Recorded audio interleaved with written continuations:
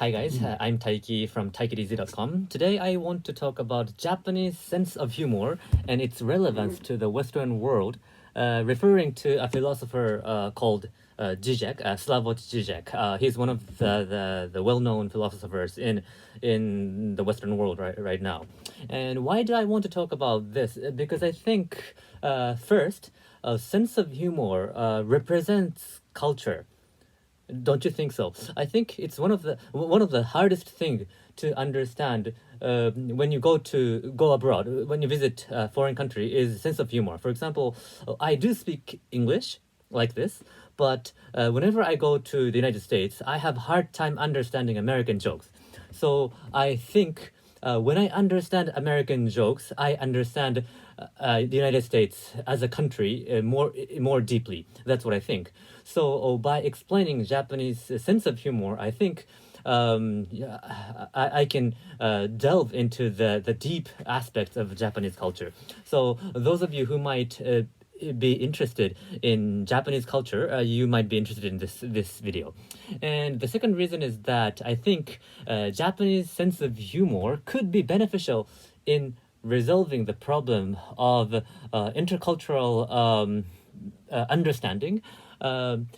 Because, well, as you know, in the Western world, for example, immigration or racial conflict, those problems are an issue. And I think by introducing the Japanese sense of humor could be beneficial for resolving those problems. So today I want to talk about those things, but let me start from my personal episode. So a week ago I went to Vienna, Austria, and I went to a salsa club. I like dancing salsa, and I have been dancing for more than 5 years. So whenever I go abroad, I try to visit a salsa club. And anyways, I went to a salsa club in Vienna. There I met a German girl. She's beautiful, so I danced with her, and we got along really well. So we danced a lot, and we became good friends. We talked about our cultural difference, or how the Austrian society is, or those kind of things in depth. So we became good friends. And then she told me she liked me. So she said she liked me. And then from here, I go into today's topic. And then I replied, "Why do you like this kind of yellow monkey?" And her reaction was surprising for me. She was a bit angry, or she was feeling uncomfortable, and she kind of scolded me. Like she didn't scold me really harshly, but she said, like, why do you say such a thing? Why would you degrade yourself, or why do you call yourself yellow monkey? And I will explain why I said that kind of thing from now, and I will delve into Japanese culture.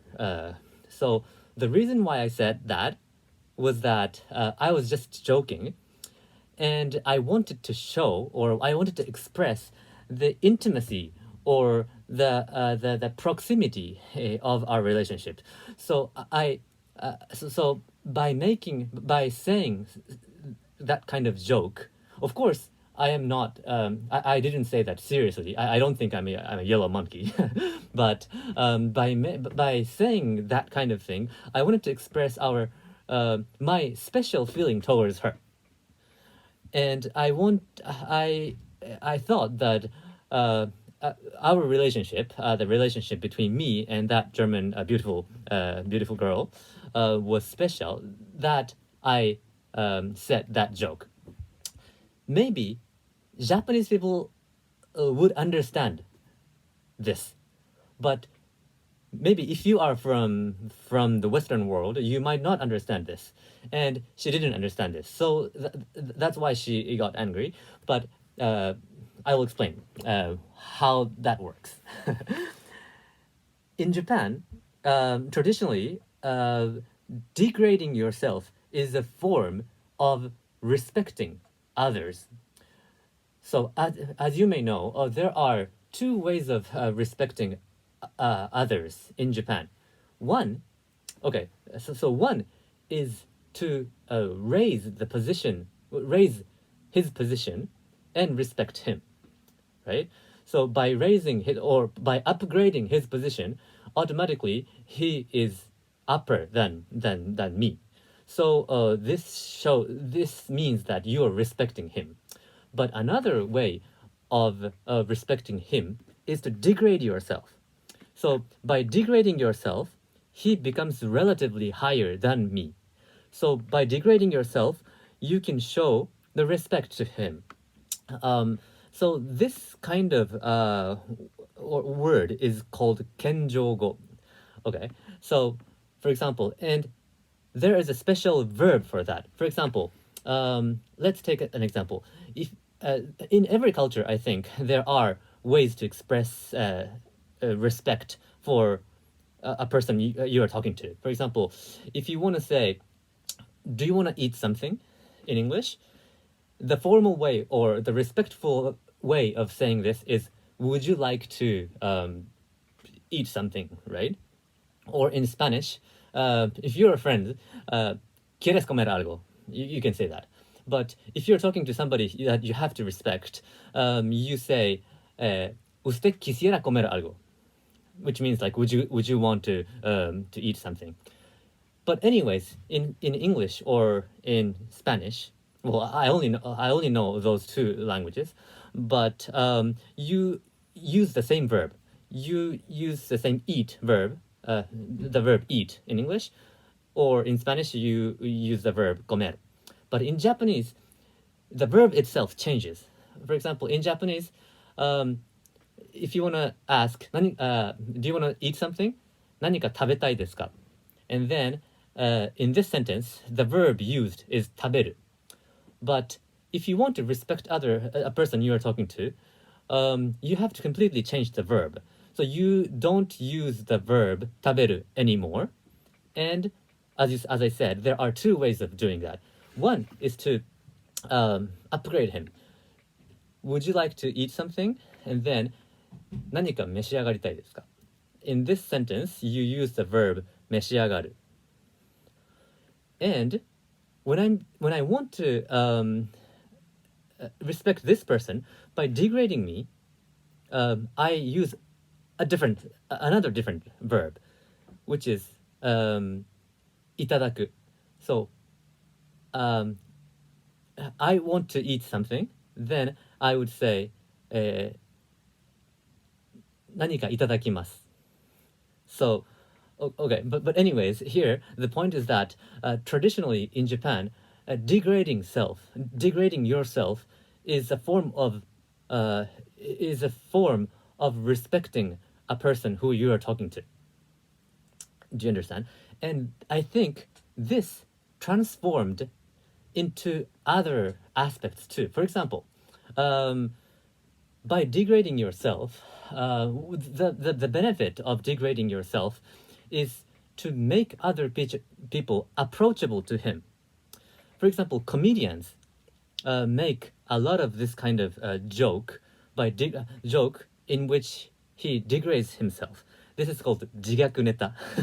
If you're familiar with the Japanese comedy, you might know the word. But anyways, the point is that by degrading himself, this comedian tries to entertain the public. Or I work for a company with 70 people, and I am COO of the company. So I'm kind of a boss. But by degrading myself, I can make myself approachable from my team members. For example, by saying something stupid intentionally, I show my stupidity, and that makes my team members approachable to me. So my team members, they think that, okay, this guy Taiki is an interesting guy, or he might not be that intelligent. Then they can approach me easily. So here the point is that that kind of like degrading yourself and respect others, or degrading yourself and entertain others, or degrading yourself and make yourself approachable.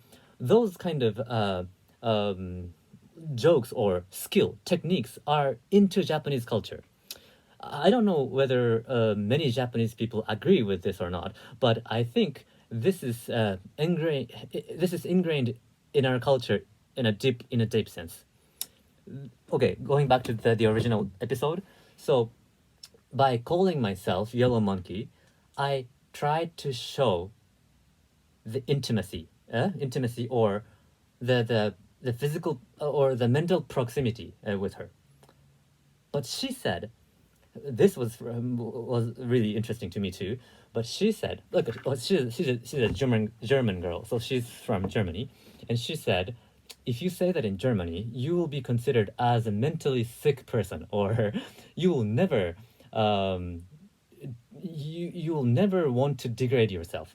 That was her response, and that was really interesting because I thought that's very Western, and I don't know which is correct, or there is no good or bad in this, but there I felt the contrast between the Western culture and at least like Japanese culture. I don't know whether this kind of like joke in which you degrade yourself exists in other Asian countries, but at least in Japan that exists. One another interesting example. In Japan, you call your son gusoku, meaning that stupid son of mine. And why do you do that? To respect other people. So when you are introducing your son to other people, you call your son my stupid son. And then by doing that, you show respect to other people. I think Western people never understand this, because in the Western world, you never call your son stupid, right? But in Japan, people don't do that. Don't say it to its real meaning. This person, a father, doesn't think that his son is stupid. It's just a form of expressing respectfulness to a person who you are talking to. Or this is another example. Or foreigners who are living in Japan kind of embrace this culture, because they sometimes call themselves gaijin, and gaijin is a discriminatory word. So in Japan, you can't say gaijin, or you can't write gaijin in a formal document, because it is. So I think the Japanese government, or the Ministry of Education, or some like official institution decided that gaijin is a discriminatory word. But foreigners in Japan, gaijin literally means people abroad. But foreigners in Japan call themselves gaijin sometimes to make fun of them. So I think that's interesting, because foreigners are kind of like degrading themselves, but using the discriminatory word, and try to make fun of themselves. So that's a story.